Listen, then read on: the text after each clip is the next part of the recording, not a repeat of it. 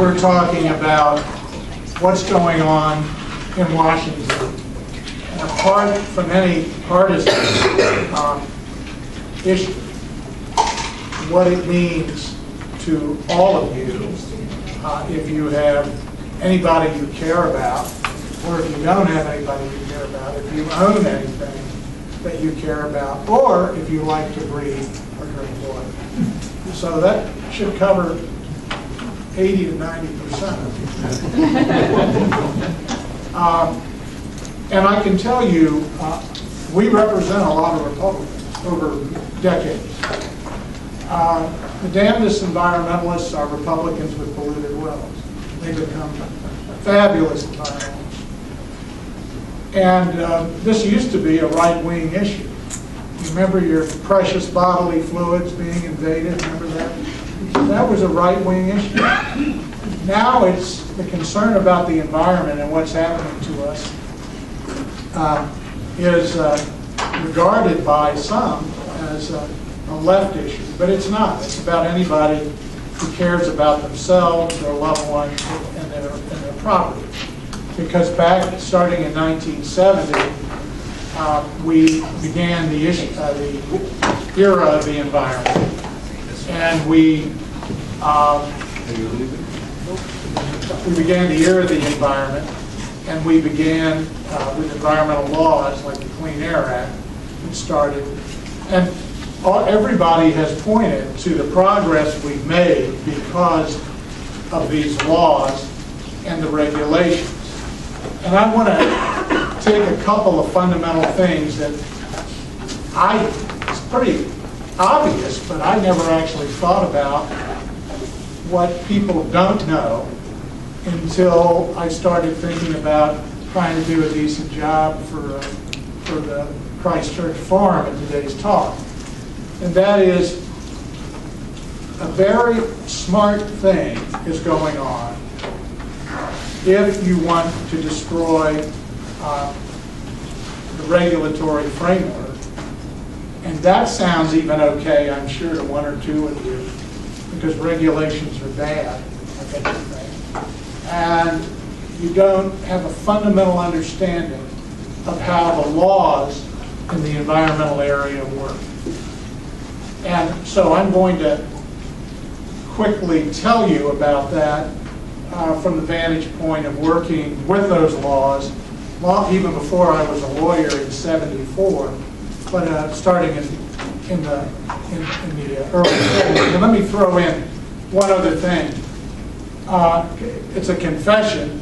It's never too late to get on board, but I thought in the 60s that the environment, which I read about in Look magazine, Life magazine, was and some of you remember the rhetoric here, a white middle-class cop-out issue.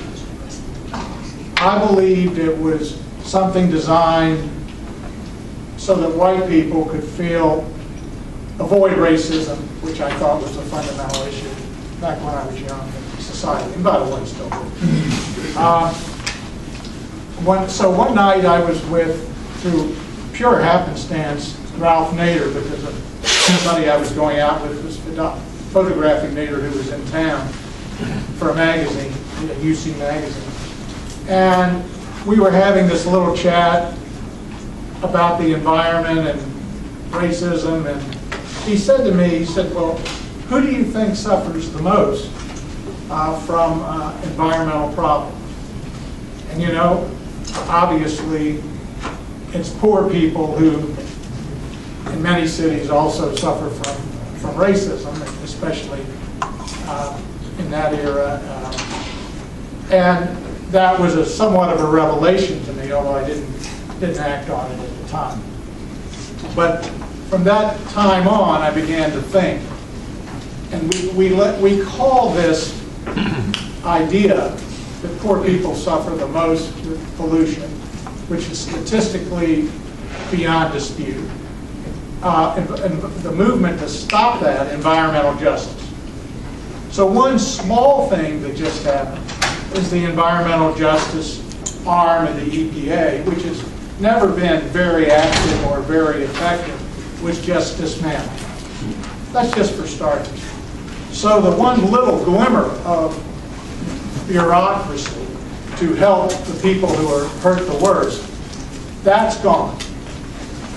That's not the big issue, the big problem. The big problem is when Congress passed all these laws in 1970, Congress, in many instances, authorized the regulatory agency, which has been created called the EPA, the right to promulgate regulations. And these regulations give life to the goals that are set forth in the Clean Air Act. So what you've got is, if you understand this, which clearly Bannon would understand, you've got an agency that if you want to dismantle it, a structure of law, forget the agency, that if you want to dismantle it, it is a house of cards. So you start to pull the regulations, which are the only thing that implements the laws, out one at a time at the base of the structure of the law. And that was one of the first steps. Now, everybody can say, well, if Obama just put it in through an executive order, it's no big deal. And Obama did a lot with executive orders because he wasn't getting even hearings on a lot of things in Congress. But what's starting to go is the entire enforcement machinery of the federal government. Because if you have all those regulations in place, you can do enforcement. But you now have a philosophy of non-enforcement going on, and that's what all those stays you've been reading about, where certain rules are stayed that have been in the works for years and have finally wended their way around. All of those stays are about stopping that action from taking place.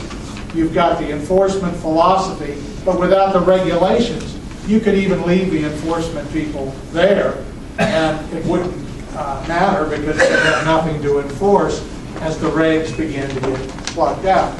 So when you start plucking out the enforcement card and the regulation card, the law cannot function. So what? Aren't there lawyers, Dave, like you, Justin Newman, Robin Burgess, Mike Weber, paralegals like Jennifer Adama, to help people?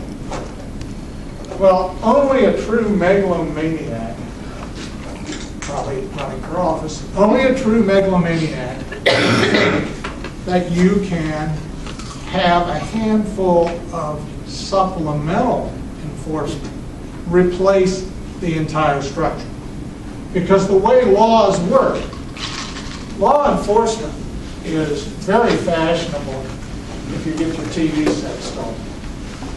But if you're robbed of the air you breathe, or the garden that your grandson or son or daughter plant, or your crops, your animals, they're not so keen on that kind of law enforcement. Even though there are laws, and have been for 47 years, about that kind of problem. The best we can do as private lawyers, because Congress gave us the ability to do backup enforcement, is to do just that. There's many, many single issues where all those Republicans with polluted wells are not getting the help that they deserve because their problem isn't of concern to the government for good or bad reason. So then, if they do the few magic things, send out a notice letter, they can actually, we do, stand in the shoes of the EPA to enforce the law. So you think, this is great for you, great for your law firm. There's going to be so much work to do. And I guess if we thought like some people, that would be wonderful news. If we didn't have any idea what the point of these laws are. If we didn't have any concern for all the people that a handful of lawyers or many, many handfuls of lawyers can't represent. The whole way the structure of the law works is because of the probability of deterrence. Okay? And another thing about environmental law that I don't think people get, because you always read about some lawyer getting many millions of dollars. Like you take the DuPont case in West Virginia, very fine lawyer, Rob Malott, in this town at the Taft Law Firm, believe it or not, who worked for the plaintiffs, and they just settled that case for $670 million for